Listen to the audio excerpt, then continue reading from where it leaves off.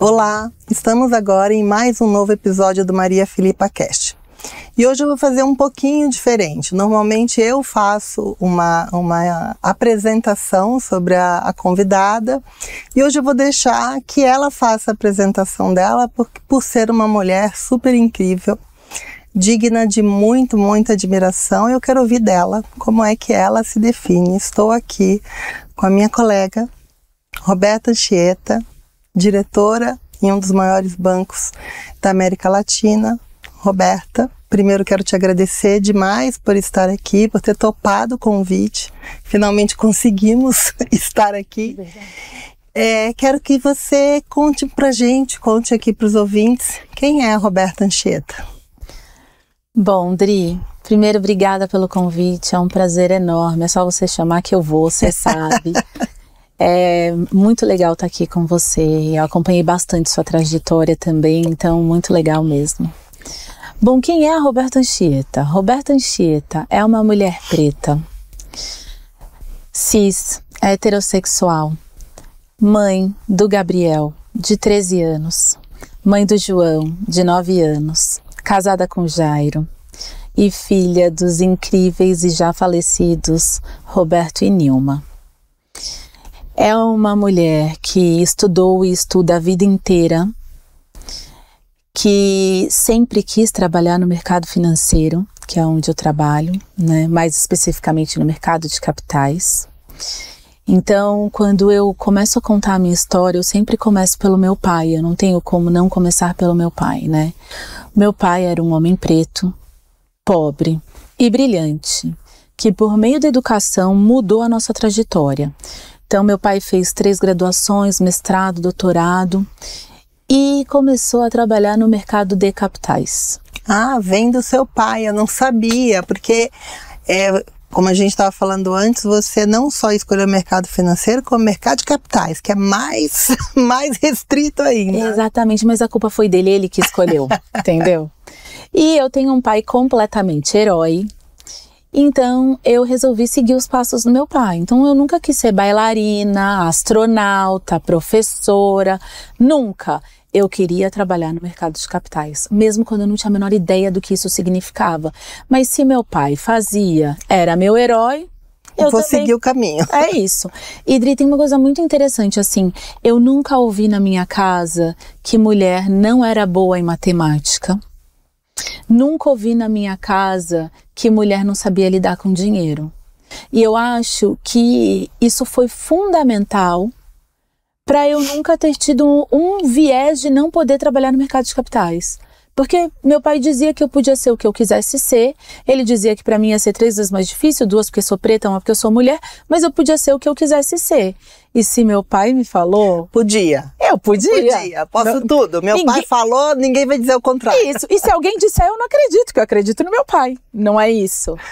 Então, quando eu comecei a ideia, né, de faculdade, o que eu ia fazer de faculdade, porque educação na minha casa sempre foi prioridade. O meu pai ascendeu e mudou a vida da nossa família por meio da educação, né? Então, educação sempre foi... nunca foi assim, será que eu vou fazer faculdade? Não tem será, vai fazer e acabou. Eu tenho um irmão, né, que é economista. Também meio que foi no caminho do pai herói. Foi trabalhar também em asset, à época. Hoje ele é empresário, tem a empresa dele de representação legal, mas também foi no caminho do pai herói. Então, assim, com a mudança do meu pai de classe social, isso fez com que eu fugisse completamente às estatísticas. Perfeito. Porque no Brasil, 70% da população periférica é negra. Eu nunca fui periférica, né? Porque, assim, até devo ter sido, não me lembro quando bebê, mas o meu pai começou a trabalhar num mercado que paga bem e ascendeu socialmente.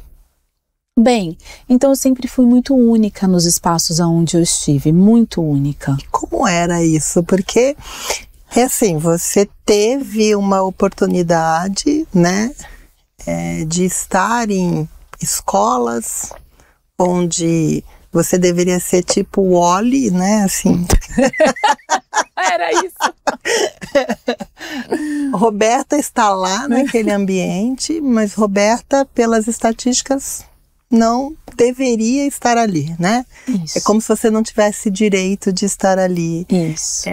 Como foi para você, assim? Porque hoje você é uma mulher inteligente, segura, sabe da sua competência, mas você já foi uma menina, uma adolescente, né? Passou por todos os dramas da adolescência, agora a gente passa pelos dramas da menopausa, que são um pouquinho diferentes. Pelo que eu me lembro, os de agora são piores. Provavelmente. Mas como que você achou teu espaço neste período mais de adolescência e de jovem, Roberta? Audrey, foi muito difícil. Assim, eu tive muita vantagem social. Eu tenho uma amiga chamada Jandaraci Araújo. E a Janda... Conheço sua amiga, Jandaraci. E a Janda fala um negócio que eu aprendi muito com isso. Ela fala o seguinte: a diferença entre vantagem social e privilégio. Então, privilégio, essas são as minhas palavras agora, tá? A Janda tem um jeito muito mais elaborado de explicar. Mas o privilégio é aquilo que ninguém vai tirar de você. Então, nascer numa família estruturada foi um privilégio. Ter um pai como meu mentor em casa é um privilégio. Ninguém pode tirar isso de mim. Agora, ter uma vantagem, ter uma condição social diferente é uma vantagem social, porque isso pode ser tirado de mim a qualquer momento. A branquitude é um privilégio, porque ninguém pode tirar isso de uma pessoa branca. E quando você nasce uma menina preta, né, num lugar onde as pessoas são brancas, com outro padrão de beleza, com outro padrão do que é ser inteligente e etc., é muito difícil. Então, a minha vantagem social me deu acessos a oportunidades que a maior parte das pessoas com o nosso biotipo não tem, que foi estudar em escolas particulares a vida inteira. Eu fiz uma universidade pública quando não se falava em cotas. Eu fiz intercâmbio para falar inglês fluente. Então, eu tive acessos. Por outro lado, eu conheci o racismo desde muito cedo. Então, como uma mulher negra, você sabe que é não raro na comunidade negra as pessoas se descobrirem negras ao longo da vida, né? Para as pessoas brancas, às vezes isso é estranho, soa estranho. Como que ela não sabia que ela era negra? É muito engraçado, né? Porque esse ponto que você falou, eu própria, né? Às vezes leva décadas para você se olhar e se reconhecer como você é realmente. Mas as pessoas não entendem. Não, é muito difícil entender. Porque uma pessoa branca sabe o que é uma pessoa não branca, né?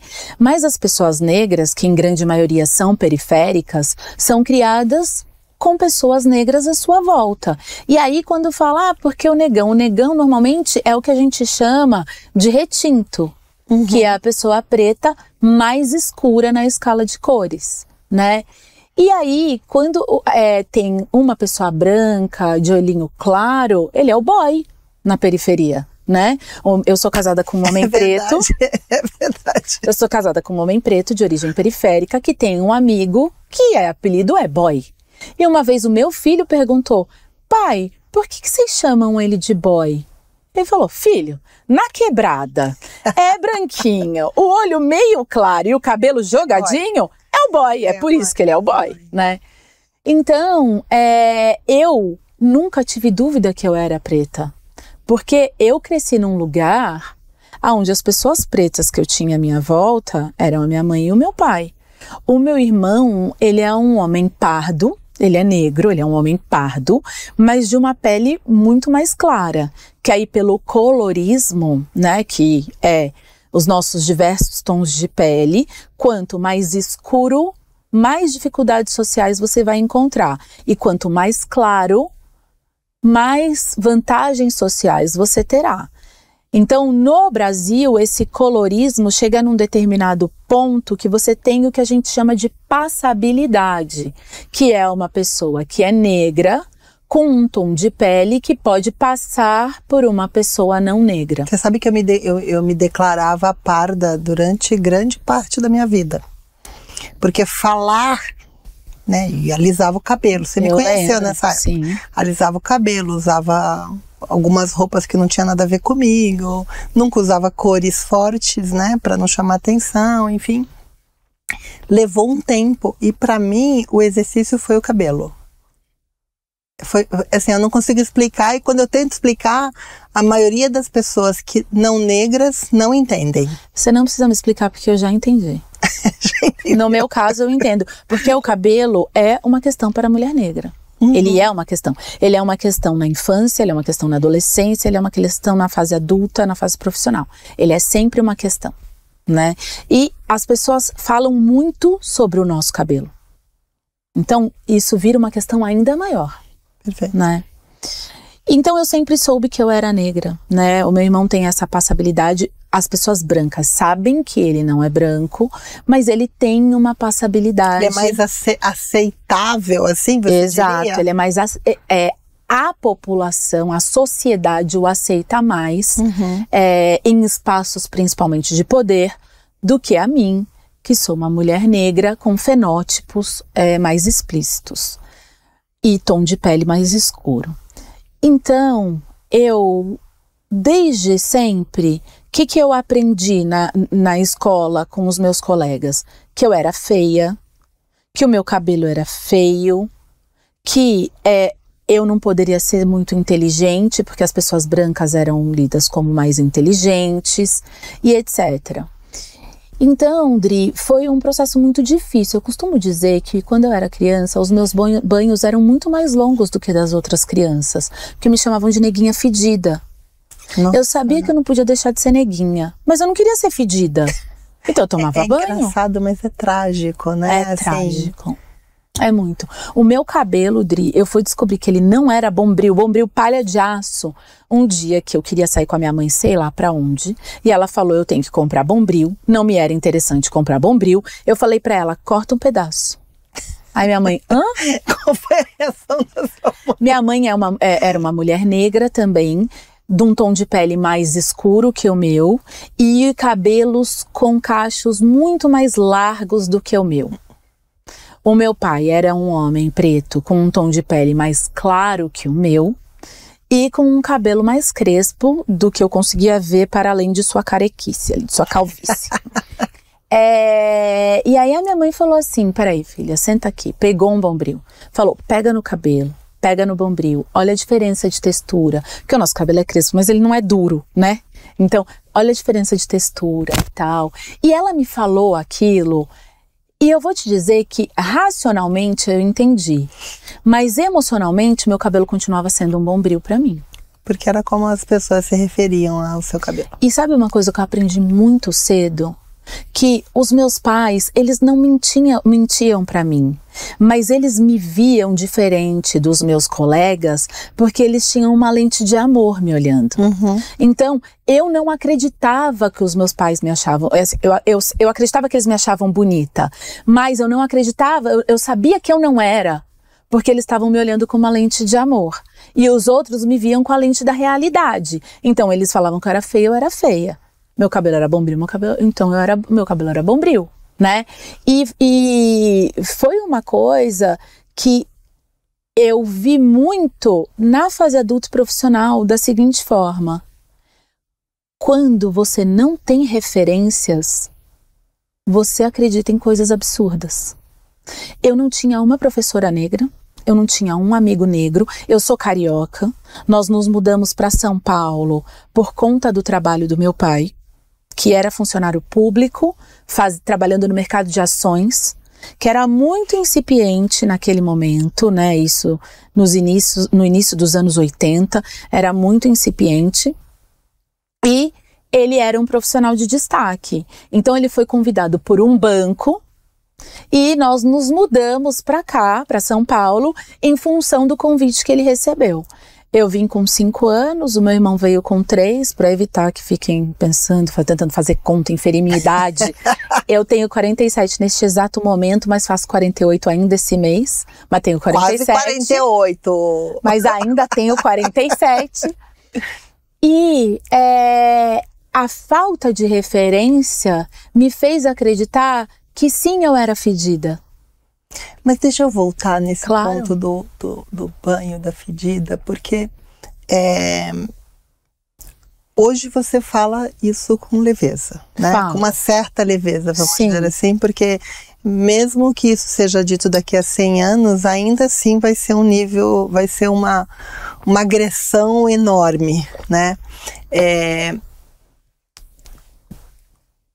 O seio da tua família, com certeza, foi importante para te tirar desse lugar de neguinha fedida, vamos Isso. dizer assim, né? Mas como você lidou com isso até que você tivesse essa maturidade, com a falta de... mesmo sem ter a referência? Porque esse é até um dos principais objetivos desse espaço aqui, que é falta referência, né? E mesmo quando tem referência, em algumas situações a referência se coloca num lugar como se fosse intangível, na verdade impossível, vamos dizer assim. Olha, é muito difícil. Obviamente, a gente trabalhou mais, a gente trabalha mais, a gente estuda mais, né?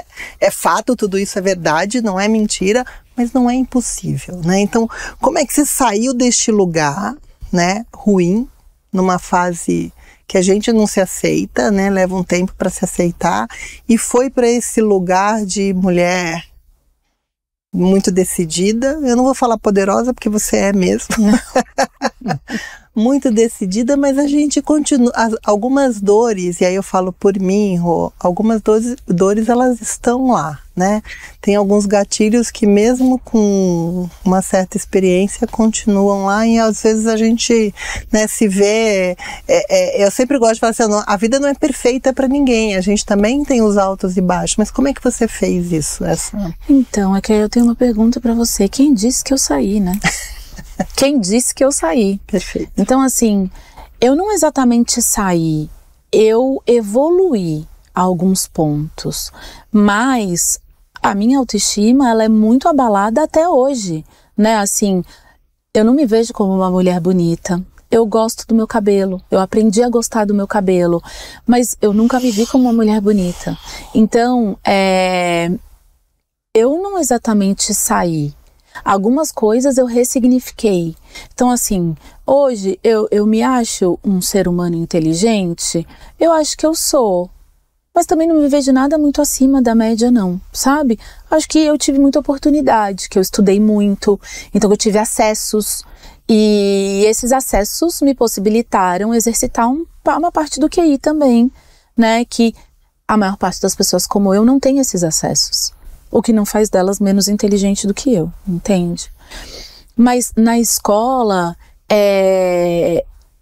ali, né, naquela agressão, naquela violência, e muito compactuada pela escola, porque eu contava em casa o que acontecia, e aí o meu pai se indignava, a minha mãe falava assim, filha, não liga, deixa pra lá, não liga.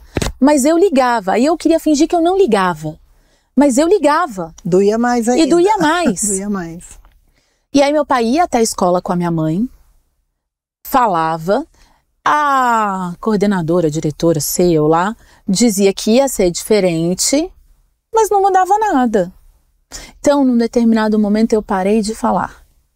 Eu parei de contar. É pior, não é? Ai, assim, você engole ali, é duro. E mais, eu comecei a fingir que eu não ouvia. Eu achava que se eu fingisse que eu não ouvia, as pessoas à minha volta também não iam ouvir. E aí eu passava batido por aquilo. Mas eu era uma menina extremamente tímida. Eu era uma menina que eu mesma me invisibilizava.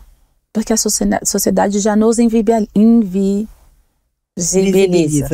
Mas eu mesma já me invisibilizava, sabe? Então, a minha voz era muito baixinha. Quando a professora perguntava alguma coisa, quase ninguém me ouvia. Eu tinha pouquíssimas amigas, que inclusive a minha melhor amiga até hoje é da época de escola. Então, assim, eu tive muitas questões. E na adolescência, eu não namorava, eu não saía com ninguém, porque eu sabia que eu era muito feia. E, vamos combinar? A mulher negra, ela não é um padrão de beleza. Uhum. Ninguém olha pra mim e sem eu abrir a boca vai dizer, nossa, como ela é honesta. Porque a pessoa preta no Brasil não é o sinônimo da honestidade, aos olhos dos não negros. Não é o sinônimo da inteligência. O nosso estereótipo não é associado a nada bom. Exatamente. O menosprezo nos segue praticamente a vida inteira, né? E esse lugar de ser sempre você tá sempre abaixo, né, do padrão esperado. Então, o nosso currículo não chega na nossa cara. O que chega quando a gente entra num lugar, o que chega é uma mulher preta. Independentemente da bolsa que eu esteja usando, da roupa que eu esteja vestindo. Do cargo que eu tenha. Eu acho que esse ponto que você trouxe é algo que para mim me pegou durante um tempo, né? Porque a gente tenta se enquadrar, né? Eu vou comprar uma bolsa mais cara, quando vou comprar um relógio, isso. E tudo aquilo não serve para nada. Não serve para nada. É exatamente isso. Não serve para nada, porque é como se o estereótipo tá lá o tempo inteiro, né? Sim. Até a minha terapeuta, a doutora Ita, ela fala assim, Adriana, a mulher negra é um norte. Se você entrar quieta numa sala de reunião e sair quieta, ainda assim as pessoas vão falar de você. Perfeito. Ainda assim, as pessoas vão lembrar de você. Perfeito. Mesmo que seja pelo que cada um tem na sua cabeça. Exatamente. Aí ela fala assim, vou te dar um conselho. Já que vão lembrar de você, faça eles lembrarem pelas razões corretas. Então, isso me ajudou muito, porque eu não entro mais, obviamente eu não falo em tudo, falo naquilo que eu tenho para contribuir, mas me deu como é que eu posso dizer? Não é uma aceitação, mas sabe aquela coisa de pirraça? Sim. Porque eu, como sou uma boa escorpiana... Então somos duas. Eu sou pirracenta, então assim, se vai falar de mim... eu vou te dar alguma coisa, vou deixar alguma coisa aqui para que você fale de mim. Com motivo. Com motivo. Isso. É um bom motivo. Isso. Você percebe isso até hoje? Mas muito! Cara, é surreal. Mas muito! E assim, eu nunca tinha ouvido isso com tanta clareza como você falou. Mas pra mim fez muito sentido. Porque na escola eu não falava, eu não abria a boca. E todo mundo sabia onde eu estava, se eu fui, se eu não fui. Porque realmente é quase que uma bússola mesmo. A gente é um norte. A gente é um norte. Eu adorei isso. Adorei. Tô explorando isso com ela ainda. Porque o norte, ela falou, por enquanto eu vou te dar só a parte positiva do norte. Não. Mas a negativa a gente já vive. Ela falou, depois a gente vai explorar um pouco mais esse norte. Porque de fato nos persegue. Isso que você falou nos persegue. Mas vou voltar um ponto aqui. Seu pai herói, sua mãe que amenizava, trazia aquele conforto, e você escolheu algo mais difícil ainda, né? Você é danada, né? Eu posso fazer. Você foi para um mundo completamente dominado por homens, Sim. Né? Dominado por homens. Sim. Com certeza, você trabalhou mais, você estudou mais, mas hoje você está... Mesmo que você não se sinta mais inteligente, mais poderosa, você o é. E você está como diretora, né, à frente de uma área que gera um nível de impacto no resultado absurdo, né? Quando você chega assim, não dá aquela coisa assim, eu sou foda. Rodri, você sabia que meu filho me perguntou isso ontem à noite? Jura? Ele me perguntou isso ontem à noite. Eu tava conversando com ele, porque ele tem esse negócio, né? Ele é de 13 anos. Ele entra no banho e quer que eu sente pra conversar com ele. E aí ele veio conversar comigo e falou assim: mãe, você já parou pra pensar que você é inspiração para muitas mulheres negras? Ele falou assim para mim, isso é uma coisa que fica na sua cabeça? Aí eu falei para ele, não, filho, sabe o que fica na minha cabeça? Que eu tenho que estudar com vocês, que eu tenho que trabalhar, que eu tenho que puxar a orelha de vocês, que eu tenho que, né? Eu sou uma mãe possessiva. Uma mãe ciumenta. Essas coisas é que ficam na minha cabeça, sabe? Então não é uma coisa que realmente eu penso, assim. Não é mesmo, sabe? Não é um lugar que você vai. Não. Mas é por isso que você falou de referência e você colocou que a negrinha fedida ainda te afeta, né? Esse ponto, essa sua fala é tão difícil de algumas mulheres se colocarem nesta posição de vulnerabilidade, que isso não ajuda as outras, porque as outras tentam se colocar nessa posição de, nossa, eu não consigo chegar lá, é muito distante, né? Porque a síndrome da Mulher Maravilha aparece o tempo inteiro, aí eu consigo, eu vou e é fácil, não... É assim, muito... eu tomo muito cuidado em quem eu chamo para conversar aqui, porque não é para ser sobre a mulher poderosa, é para ser sobre as dificuldades que a Roberta teve para chegou, né? Até eu às vezes me pergunto eu mesmo, Rô, cheguei onde, né? Que lugar é esse? Exato. Porque também eu acredito que você seja da mesma forma, a gente vai, né, se colocando desafios, eu posso, aí eu vou. Isso. E para chegar onde? Essa é uma pergunta que eu quero te fazer. Onde você quer chegar? Olha, Adri, assim, há alguns pontos, assim. Primeiro, não é porque a gente nasce negro que a gente nasce com consciência racial. Não é porque a gente nasce mulher que a gente nasce com consciência de gênero. A questão racial, ela é ainda muito mais profunda do que a questão de gênero. E o que você aprende na escola, quando você está estudando, né? Hoje em dia já é um pouco diferente, graças a Deus. Mas o que eu aprendi na escola era que eu era descendente de escravo, que os escravos não se revoltavam porque eram muito pacíficos e que ficavam lá, fazendo tudo que o homem branco mandava fazer. Eu não queria ser descendente de escravo. O outro era descendente de, sei lá, holandês, o outro do americano, o outro do japonês. Por que eu tenho que ser descendente de escravo? Então, hoje, eles já aprendem um pouco diferente, mas qual é a minha prioridade no que eu quero chegar? Em criar meninos que se empoderem de toda a sua ancestralidade, de seu potencial. É nisso que eu quero chegar. Eu quero que os meus filhos sejam felizes do jeitinho que eles são, que eles se aceitem, porque eu não me aceitava. Teve uma vez que eu tava com o Gabriel era pequenininho, tinha, sei lá, uns 7, 8 aninhos, e eu tava terminando de dar banho nele ali, e aí eu falei pra ele só verdades, né, Dri? Porque eu só trabalho com verdades. Falei pra ele, nossa filha, como você é lindo, como você é gostoso, que cheiroso. Dri, você não conhece meus filhos, mas pense em criança bonita, são os meus filhos. E aí ele virou pra mim bem sério, e ele é o mais velho, né, e falou assim, mãe, eu sou feio. Falei pra ele, cala a boca, Gabriel, que feio que é, menino, você é lindo. O que você não gosta em você? Você se acha orelhudo, bocudo, narigudo, né? O que você não gosta em você? Aí ele olhou pra mim e fez assim, eu não vou falar. Mas eu já sabia o que era, né? Uhum. E aí eu falei pra ele, filho, pode falar porque eu já sei. Sabe? Eu falei, sei. Aí ele falou, mãe, eu não gosto da minha cor.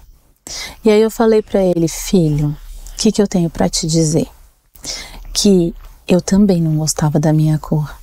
Quando eu tinha sua idade, e até bem mais velha, eu rezava toda noite para acordar branca no dia seguinte. Porque eu só queria que todo aquele preconceito parasse. Eu só queria que ninguém falasse de mim mais. Mas, como você pode ver, meu filho, mamãe continuou preta. Mamãe almoça preta, janta preta, faz tudo preta, nada mudou. E ele, tinha 7 anos, deve ter ficado olhando pra você sem reação. O Gabriel sempre foi uma criança mais madura pra idade. E aí ele ficou me olhando e eu falei assim, mas filho, eu fiz as pazes com a minha cor.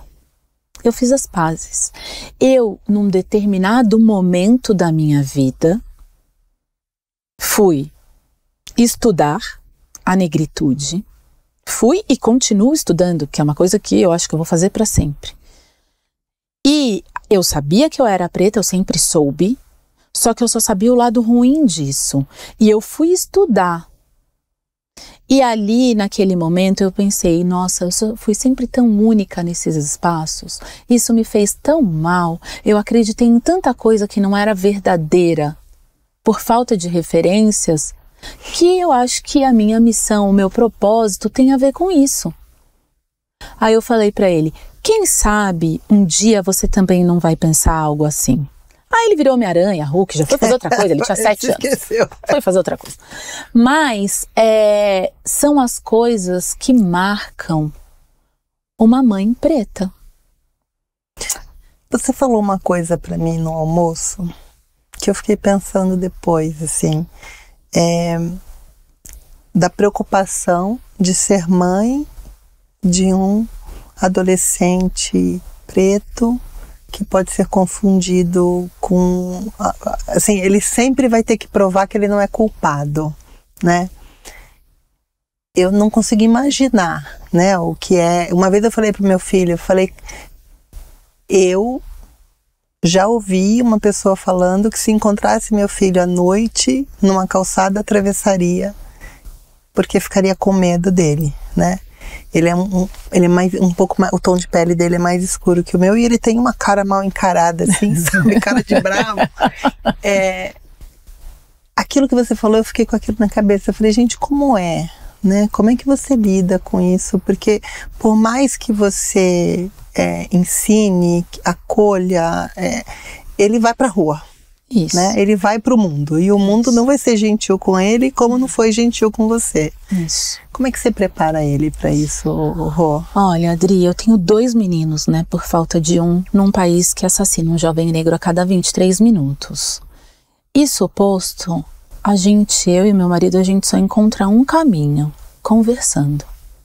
Então, com o João, que tem 9 anos, é um tipo de conversa, mas a gente já conversa. Com o Gabriel viajou agora, semana passada, com a escola, uma viagem com a escola para Salvador. Uma escola majoritariamente branca. Pela primeira vez esse ano, ele tem um amigo negro na classe que entrou esse ano.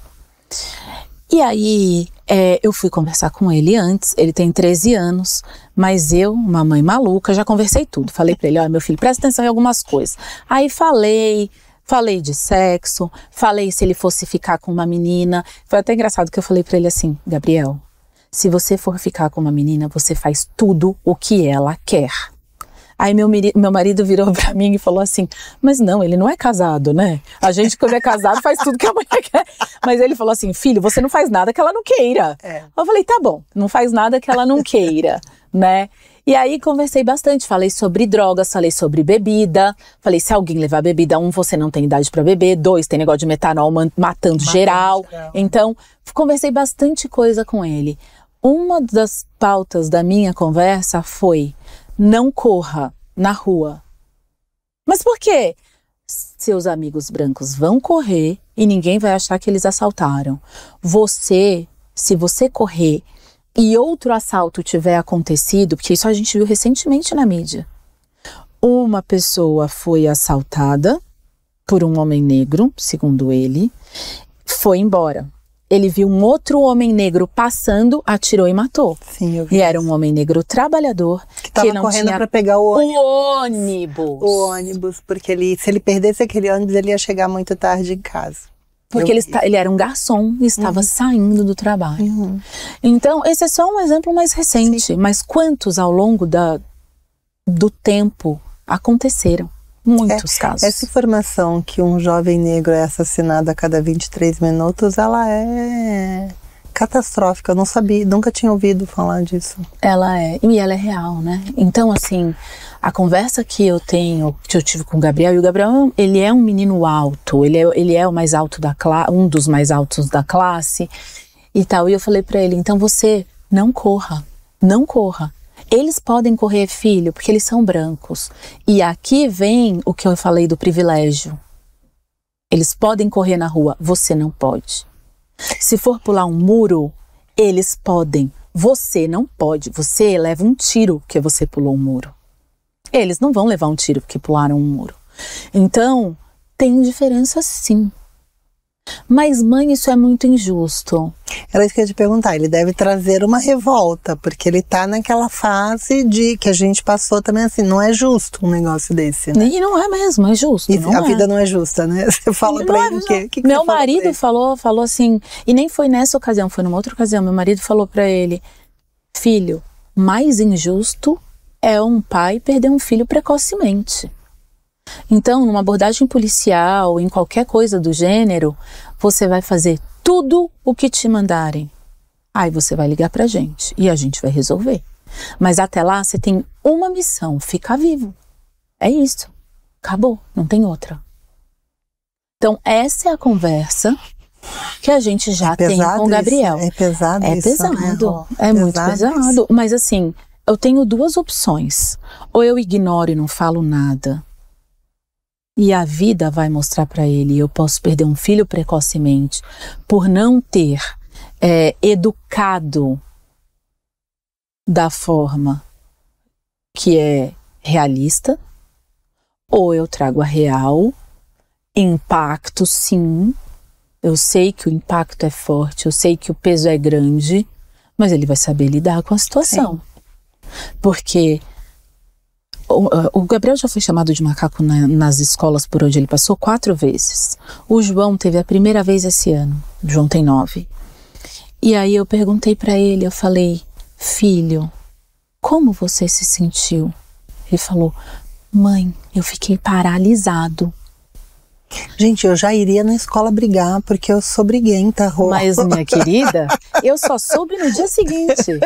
Porque esse assunto quem trata é o meu marido, porque ele diz que eu não tenho inteligência emocional, porque eu quero matar o menino, a mãe do menino, o pai do menino, quero matar a escola, quero matar todo mundo. Então, e eu não posso ir, entendeu? Então ele lida. O meu filho tinha comentado com ele, porque foi um dia que eu cheguei bem tarde em casa, o João já estava dormindo, ele não me falou nada. E no dia seguinte, o João chegou da escola, me contou, do lado do Jairo, meu marido. E o Jairo, eu olhei pro Jairo e ele falou, já liguei pra escola, já tô resolvendo. Já resolvi, não precisa sair de casa. Tô resolvendo. Não. Aí eu falei, tudo bem. E aí eu perguntei pro João, eu falei assim, filho, o que veio na sua cabeça quando ele falou isso? Eu falei pra ele, eu sinto muito, né? Primeiro eu acolhi, falei que eu sentia muito, perguntei o que ele sentiu, ele falou que ele ficou paralisado. E aí ele me olhou com uma carinha assim do tipo, desculpa mãe que eu fiquei paralisado, porque eu dou muito repertório, né? Pra eles poderem se defender, se posicionar. Exatamente. E eu falei pra ele, filho, tá tudo bem, eu já fiquei paralisada tantas vezes, acontece mesmo, e a culpa não é sua, você é a vítima. E aí eu falei pra ele, e o que veio na sua cabeça? Ele tem 9 anos, Dri, sabe o que ele me respondeu? Veio na minha cabeça a época da escravidão. Mas a gente tá em 2025, né, mãe? Ele tem 9 anos. Eu falei pra ele, filho, eu sei. Aí eu falei pra ele, você ficou com raiva? Ele, não, mãe, me deu muita tristeza. Eu fiquei muito triste. Eu fico pesado, né? partida. Porque isso é gatilho pra mim de coisas, de feridas, que assim... Tem uma cicatriz levinha, se você apertar muito, elas abrem. Então, pra mim, é muito difícil. E o meu marido já me falou várias vezes, falou assim, a sua história é sua. Você não pode transportar a sua história pras crianças. Ah, mas é muito difícil, porque a dor tá lá, haja né? terapia toda semana. É muito tá lá, é difícil. muito difícil. E ele lida com isso muito melhor do que eu. Não, eu acho que eu sou mais na tua linha também, né? Porque é seu filho ali, a gente não quer que eles passem pelo que a gente passou, Não. né? Porque a dor tá lá. É né? isso, e a gente não quer que ele sofra, Exato. né? Mas é inevitável. E quando aconteceu com o Gabriel, com o Gabriel pela segunda vez, o meu marido quis que ele resolvesse, que ele fosse falar com o menino. Pra depois a gente falar com a escola. Meu marido já ia mandar ir pra porrada. Então, Meu marido é assim, é pior que eu, entendeu? O meu falou resolva. Não deu quais são os caminhos. Entendi. Entendeu? E aí ele chegava em casa já e falou, resolveu? Falava, resolveu? Ele, ainda não. Ainda. Aí o que o Gabriel fez? O Gabriel foi conversar com o menino, falou pro menino que ele não podia ser preso, mas que os pais dele poderiam, que isso é crime. É mentira, mas eu deixo eles acreditarem nisso, que eles se sentem super seguros, sabe? Empoderados. E aí foi e tal. E aí o Gabriel falou com a escola. Aí a escola ligou pra gente e falou, o Gabriel trouxe uma coisa. A gente falou, a gente sabe, mas vocês não vieram falar comigo? Aí eu falei, por causa dele. Ele que não Jairo deixou. não deixou eu ir. Aí ele virou e falou assim, que Jairo é uma tranquilidade. Aí ele virou e falou assim, sabe por que a gente não veio falar com você? Falou pra coordenadora. Porque às vezes que isso acontecer com o meu filho, a maioria delas, a gente não vai estar perto. Ele vai precisar se virar sozinho. Ele vai ter que aprender a se defender. E é a mais pura verdade. Odri, se eu ficar falando de coisa com filho... A gente pode fazer 3 dias e 3 noites. Mas deixa eu te perguntar uma coisa, assim, eu sei, você é super ativa para falar da negritude, para falar do letramento, da importância de estudar.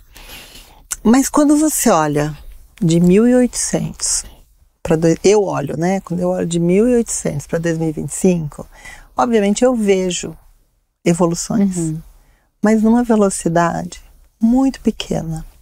E às vezes eu me pego pensando assim, o que fazer, ou o que seria suficiente?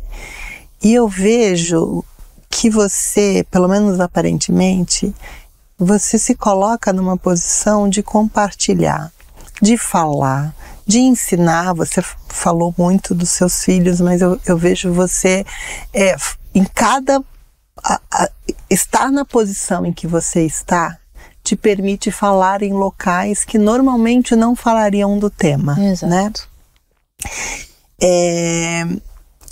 Eu tenho alguns espaços, né? Poderia criar outros, mas sabe que de vez em quando me bate um negócio do tipo, mas o quanto eu tô de fato conseguindo. Eu sei que é covardia, eu sei que... Mas às vezes parece assim, Rô, o quanto de fato eu tô conseguindo movimentar, mudar, né? E me coloco até aqui eu já falei algumas vezes que se eu conseguir influenciar com a minha experiência uma pessoa, uma mulher, ou ajudar uma mulher, isso já deveria ser suficiente. Mas eu confesso que às vezes me bate uma certa frustração do tipo, eu poderia fazer mais. Como você vê esta evolução? Você sente também essa coisa do, cara, parece bater na parede? Odri, assim, eu tenho muita consciência que uma andorinha não faz verão. Eu tenho muita consciência que os pretos sozinhos não vão acabar com o racismo, se a gente não tiver os não negros conosco. Isto posto, eu tento mudar o meu entorno, porque eu não vou mudar o mundo. Eu sou só uma, entendeu? Não vou mudar o mundo. Então, o que eu faço? Eu tento dar muito repertório para os meus filhos. Tento fazer com que eles enxerguem a negritude, a ancestralidade, de uma forma que quando criança eu não enxergava. O Gabriel hoje é um menino com uma consciência racial, assim, impressionante, que consegue ter discussões e argumentação. Ele é muito eloquente, então ele fala muito sobre... Por que será? Por que será que o Gabriel é tão eloquente assim? O Jairo deve sofrer, coitado. É verdade. Então, ele transforma em palavras. O João ainda é menor, mas o João nunca teve um problema em ser negro. O João, ele se achava muito sortudo até quando ele era menor, que ele falava assim, ai mãe, eu sou tão sortudo que eu nasci nessa cor, né? Falei sim. E uma vez ele virou pra mim, era Dia Internacional das Mulheres, alguma coisa assim, e ele chegou em casa e ele falou assim pra mim, mãe, eu tava pensando uma coisa, você sabia que até, sei lá que ano, as mulheres não podiam jogar futebol? Falei, eu sabia, filho. Ele, nossa mãe, é que é muito machismo, né? E aí ele falou, e eu tô muito preocupado com você. Falei, filho, por quê? Ele falou, porque você é preta. Além de tudo, você é preta. Ele falou, então além do machismo, você sofre o racismo. Perfeito. Aí eu falei pra ele, é verdade, filho, mas deixa eu te contar uma coisa, a mamãe tira de letra. O meu trabalho é me preocupar com você. Você não tem que se preocupar comigo. Porque a mamãe vai indo e vai conseguindo, mas você tem toda a razão. Tem machismo e tem racismo. É verdade tudo isso. Rô, deixa eu te perguntar uma coisa. No mundo corporativo, né? Eu já vivenciei, você também, algumas iniciativas que não andam, outras que funcionam. Hoje eu vejo com um lado positivo que ao menos se fala do tema, mas ainda não vi uma ação que de fato... Porque uma coisa é você trazer, a outra coisa é você acolher e inserir no ecossistema, né? E como você mesmo disse, 70% das pessoas pretas vêm de um cenário cultural, de formação, de acesso muito diferente. Aí se coloca dentro, se traz para dentro de um mundo corporativo, de um ambiente corporativo que não necessariamente acolhe, né? Você vê evolução, ou você enxerga que as medidas que são tomadas no mundo corporativo hoje de fato endereçam alguns destes temas? Odri, assim, falando tanto da sociedade quanto do mundo corporativo, eu vejo muita evolução. Eu vejo que na idade do Gabriel era impossível eu ser tão destravada quanto ele é, porque já tinham acabado com a minha autoestima. O João foi chamado de macaco pela primeira vez com 9 anos. Com 9 anos, eu já tinham acabado comigo. Então, eu vejo uma evolução. No mercado corporativo, eu entrei há 25 anos, eu estou há 25 anos nesse mercado. Quando eu entrei, quando eu comecei a trabalhar, não se falava em diversidade. Era quase que uma afronta à meritocracia falar em diversidade. Não tinha esse negócio. E traziam até um marciano para a conversa, né? Porque falavam assim, para mim não importa se é preto, branco, verde. Não é maravilhoso? Eu adoro quando traz marciano para a conversa. Verde, não importa. O que importa é se está dando resultado. Era isso que se falava no mercado corporativo há 25 anos, quando eu entrei, quando eu comecei a minha jornada profissional. Então, assim, eu vejo uma grande evolução. Pelo fato da gente falar, pelo fato da gente se preocupar, pelo fato de eu não perco oportunidade, Dri. Eu vi alguém fazendo um comentário, falando, sabe assim, coisas básicas. Por exemplo, não, porque neguinho, sei lá, derrubou a xícara do café. Menina, neguinho nunca é alguém que fez uma coisa maravilhosa. Alguém que fez alguma coisa errada. Alguma coisa errada. Aí eu falo assim, era na Faria Lima? Era. Era eu? Não. Então acho que era branquinho. Não era neguinho, não. Então eu procuro... Você traz um lado mais leve, mas dá um recado. Assim, mas eu aproveito todas as minhas oportunidades. Perfeito. Mas eu não vou ser hipócrita. No fim eu acabei me apresentando, mas não falei da minha parte profissional. Então, eu sou diretora de administração fiduciária de fundos de investimento do maior banco privado da América Latina.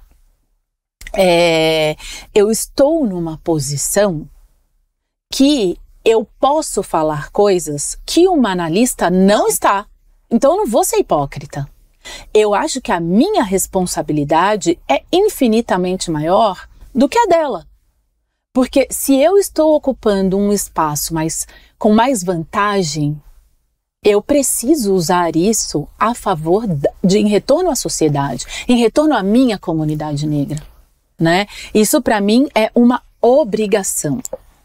Então, às vezes eu acho que eu poderia fazer mais, às vezes, mas eu também sei que eu tenho limite. E eu procuro aproveitar todas as oportunidades que eu tenho. Eu acho que essa é a grande dica, né? Aproveitar cada oportunidade que a posição permite. É isso. E, Dri, eu costumo dizer assim, que eu no mercado corporativo, tá? Então, eu tô na mesma instituição há 25 anos. Se eu te falar que isso acontece na instituição, eu tô mentindo. Porque qualquer reunião que eu entro, eu conheço pelo menos metade da mesa, se eu não conhecer todo mundo. Mas eu represento essa instituição em vários ambientes. Então eu costumo dizer que quando eu entro num lugar que eu não conheço ninguém, eu entro aqui. O que é aqui? Aqui é o lugar que eu tenho que provar que eu fui para participar da reunião. Porque se não acham que eu fui servir café, que eu fui arrumar o computador, que eu fui em uma situação de serviço, independentemente da bolsa ou da roupa. Exato. Por isso que eu disse que não serve para nada. Não serve para nada. Não serve. Aí, eu tenho que provar que o meu português é correto. Porque eles esperam de mim que o meu português é errado. É isso que eles esperam. E eu não falei aqui, mas eu sou formada em Matemática Aplicada e Computacional pela Unicamp, fiz MBA em Finanças pelo INSPER, sou mestre em Modelagem Matemática Aplicada a Finanças pela USP. Eu sou mais educada do que a média da população brasileira entre brancos e negros. E ainda assim eu tenho que provar que eu falo português corretamente. É exaustivo. É exaustivo. E se a reunião for em inglês? Quer uma tradução? É sério que te pergunto? Aí... Cara, que coisa maluca, né? Quando vem que eu tô entendendo e ainda tô respondendo, né? Uma coisa que eu ouço muito é: nossa, como você fala bem. Nossa, como seu inglês é bom. É nada. É porque eles esperam de mim que eu não fale corretamente em português, que eu não saiba falar inglês. Então eu ouço muitos elogios depois que eu falei. Aí quando isso passa, eu vou para o patamar de uma mulher branca, que é o quê? O interrupting, que é provado que a gente é muito mais interrompida do que os homens. O tal do mansplaining, que é quando a gente acaba de falar uma coisa e sendo especialista no assunto. E o nosso colega, muitas vezes na melhor das intenções, faz assim: o que a Roberta quis dizer? Eu não quis dizer, eu disse, meu cacete. Mas ele traduz tudo. Ele traduz tudo. Só que eu não falei russo, eu falei português, não é? Sem contar quando a gente dá uma ideia. Ninguém ouve. 5 minutos depois, o nosso colega dá a mesma ideia. Brilhante, gente, por que ninguém pensou nisso antes? Não acontece? Mas você fica quieta, eu não fico mais quieta. Não, eu não fico quieta, eu não sou quieta. Eu falo. Também falo. Eu falo. Eu falei, então era isso que eu tinha falado, né? Assim, é isso que eu acabei de falar. Eu também falo. Eu costumo falar com leveza, com gentileza, eu também. Mas eu falo. Hoje eu falo com leveza. Mas acho que há 10 anos atrás eu dava umas caneladas que não me ajudaram. Também acho que eu dei mais caneladas, assim. Agora... E aí, só pra eu dizer, aí eu vou pra que patamar? Pro patamar que eu só tenho que provar minha competência. Então, olha o catch-up que eu tenho que fazer em uma reunião com um currículo super branco, pelas instituições que eu estudei, e super masculino, porque eu sou uma mulher de exatas. Eu sou matemática, eu sou super matemática. Então, olha, quando as pessoas me falam de meritocracia, eu falo, e eu acho legal meritocracia, mas a gente precisa considerar de onde cada um partiu. Exato. Olha da onde eu parti, numa mesma reunião que eu estou com um homem branco, que pode ser menos estudado que eu, que pode ser menos competente que eu, mas olha o quanto eu tive que me provar para daí mostrar que eu sou competente. Assim. Mas eu ia te voltar lá na analista que você falou. Porque assim, hoje você é uma exceção. Eu sou uma exceção, a Janda é uma exceção. Temos várias exceções. O que você falaria para as meninas, moças, jovens, pretas que estão como analistas, que não podem se posicionar, mas que têm toda essa vontade, a competência, o preparo, porque elas sabem que elas precisam se preparar mais, né? Mas o espaço é diferente. O espaço que elas têm para se posicionar é diferente. O que você falaria para elas? Audrey, o que eu falo, né? Porque eu sou muito procurada por meninas pretas, assim, para ter esse tipo de conversa de carreira. O que eu costumo dizer é o seguinte: primeiro, eu vou dizer como funciona para mim. Não é uma receita de bolo. É a forma como eu encontrei para lidar com as questões, que pode ser muito diferente da sua. O que vale para mim não necessariamente vale para você, né? A primeira coisa que eu falo. Como eu encontro, o que eu faço? Fiz a vida inteira. Sempre me preparei muito tecnicamente, sempre fui muito profunda tecnicamente, porque eu sabia que eu não era um rostinho bonito, que eu ia ter que me provar muito mais do que os outros. Então, as pessoas iam ter que querer me ouvir. Para as pessoas quererem me ouvir, eu tinha que falar algo muito importante. Para eu falar algo muito importante, eu tinha que ter muito conhecimento. Está preparada para? Para eu ter muito conhecimento, eu tenho que me preparar muito. Então, e isso também é muito comum às mulheres como um todo, essa questão que a gente chama até de overprep, porque a gente se prepara muito mais, e uma mulher negra vai se preparar muito mais do que uma mulher branca, né? Para chegar numa reunião. A outra coisa que eu falo, Dri, e que demorou para eu ter, é uma rede de apoio com quem você consiga falar dos temas que você passa e que essas pessoas vão te entender. Então, hoje, eu sou parte de um grupo chamado Somos 5%, que a gente juntou ali alguns líderes, porque 5% é a quantidade de negros, de executivos negros no Brasil. E menos de 1% são mulheres negras. E a gente criou um grupo, alguns líderes de vários ramos de atuação diferentes. E a gente sai pra jantar, a gente conversa, a gente ri da gente mesmo. Aí um fala, você não sabe o que aconteceu? O outro fala, mas já aconteceu comigo, outro não sei o quê. E há uma compreensão genuína daquilo. Eu também fiz o Conselheira 101, né? Fiz parte da primeira turma. 6. Ai, muito legal. Então, o que é o Conselheira 101, para quem não conhece? É um programa de formação para conselheiras mulheres negras, que algumas executivas negras à época e algumas conselheiras brancas olharam para aquilo e falaram para os conselhos das empresas e falaram, gente, a gente precisa levar mais representatividade na interseccionalidade de mulher e raça, de gênero e raça, porque quase não existem mulheres negras, né, como conselheiras. E aí se deu início ao Conselheira 101, eu fui convidada para fazer parte da primeira turma e o Conselheira 101 mudou minha vida. Não só porque depois eu integrei o Conselho Fiscal e o Comitê de Auditoria de uma empresa de capital aberto, mas principalmente porque me trouxe uma rede de apoio.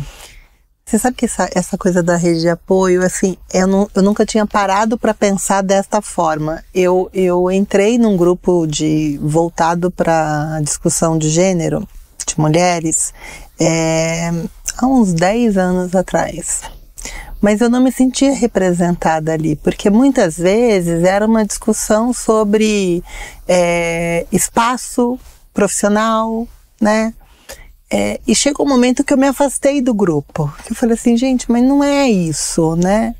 E quando eu entrei no Conselheira 101, aí eu me achei, né? Aí eu me achei, porque as dores são iguais, né? Mas as oportunidades também. E tem nesse grupo de agora da turma 6, tem uma mulher, a Amy Beyman, que ela é indígena. E aí a perspectiva da vida dela, das dificuldades que ela enfrenta, é outra dimensão. É outra dimensão. Mas essa coisa do me sentir parte, eu só consegui no Conselheira 101. Eu também. E nós somos 5%. Sabe por quê, Dri? Porque as mulheres brancas e as mulheres negras têm muito certos dilemas e dificuldades em comum.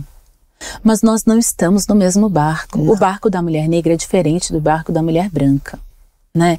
Isso a gente vê desde a maternidade, que é quando você tem um filho preto, e as conversas que você tem que ter, até o ambiente profissional.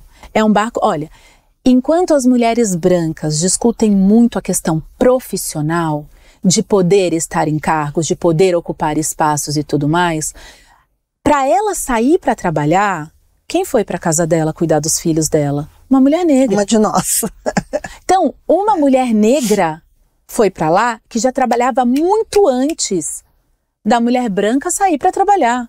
Então, para as mulheres negras, não tem uma discussão de vou trabalhar, não vou trabalhar. Vai trabalhar, né? As mulheres negras periféricas, que chefiam grande parte de suas famílias, elas vão trabalhar, não tem essa discussão.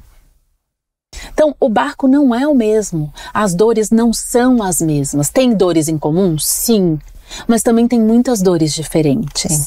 E que as mulheres brancas começam a ter percepção quando elas começam a se letrar. E eu acho que isso também é uma coisa que eu procuro fazer muito. Eu tenho muitas grandes e boas amigas brancas. No banco, fora do banco. E uma das coisas que eu faço muito é dividir com elas as dificuldades que eu estou naquele momento, que elas não estão vendo e estão no mesmo ambiente que eu. É porque elas não, o olhar não está preparado, nem percebem. Né? Nem percebe. Você sabe que assim, a minha eu sou casada com um homem de origem portuguesa e minha filha é branca. Ela puxou a todo lado, tem o cabelo liso e tudo mais, enfim.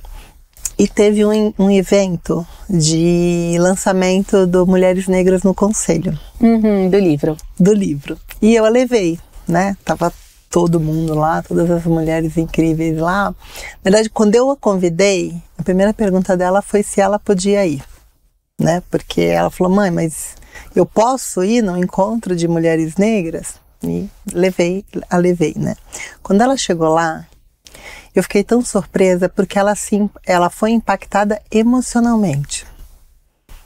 Primeiro porque ela falou, mãe, eu nunca vi tantas mulheres pretas no mesmo ambiente, né? E ela ficou assim, ela se emocionou mesmo, né? Porque ela falou assim, onde essas mulheres estão, né?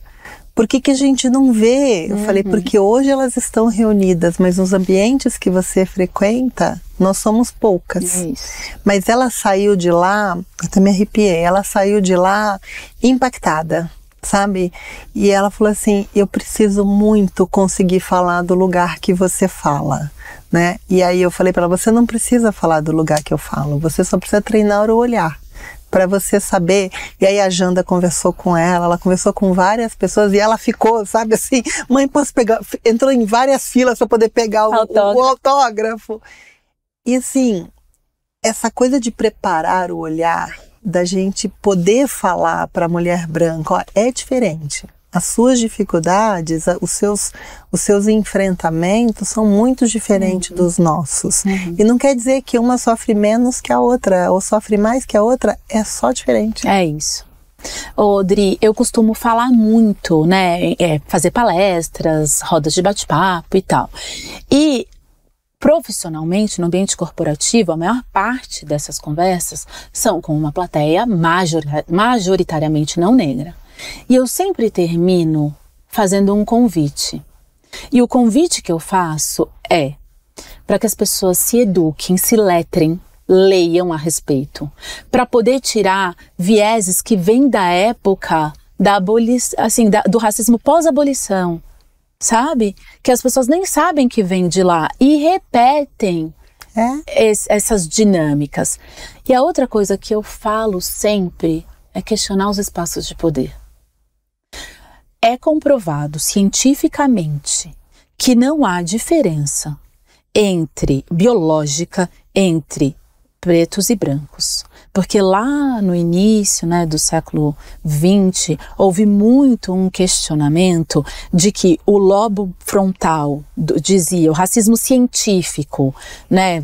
Que é usado até hoje. Que é usado até hoje. Até hoje. Que o lobo frontal é diferente. Então, o lobo frontal isso faz com que o preto seja mais forte fisicamente, mais burro, e o branco seja mais frágil fisicamente e mais inteligente.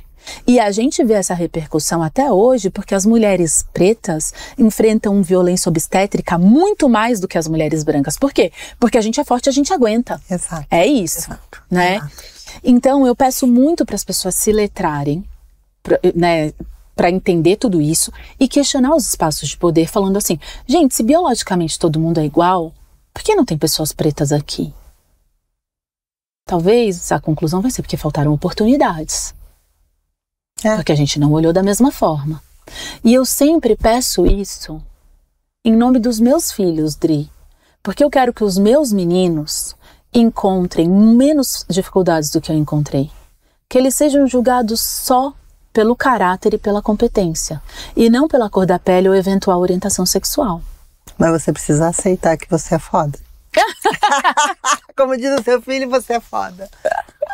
Cara, não tenho como te agradecer. Obrigada mesmo pela aula, pela sua abertura aqui de falar suas coisas, de falar como você se sentiu, como você se sente, assim. Realmente generoso demais da sua parte e inspirador. Eu saio dessa conversa inspirada. Dri, eu que agradeço. Foi um prazer bater esse papo com você, que é uma pessoa tão querida pra mim.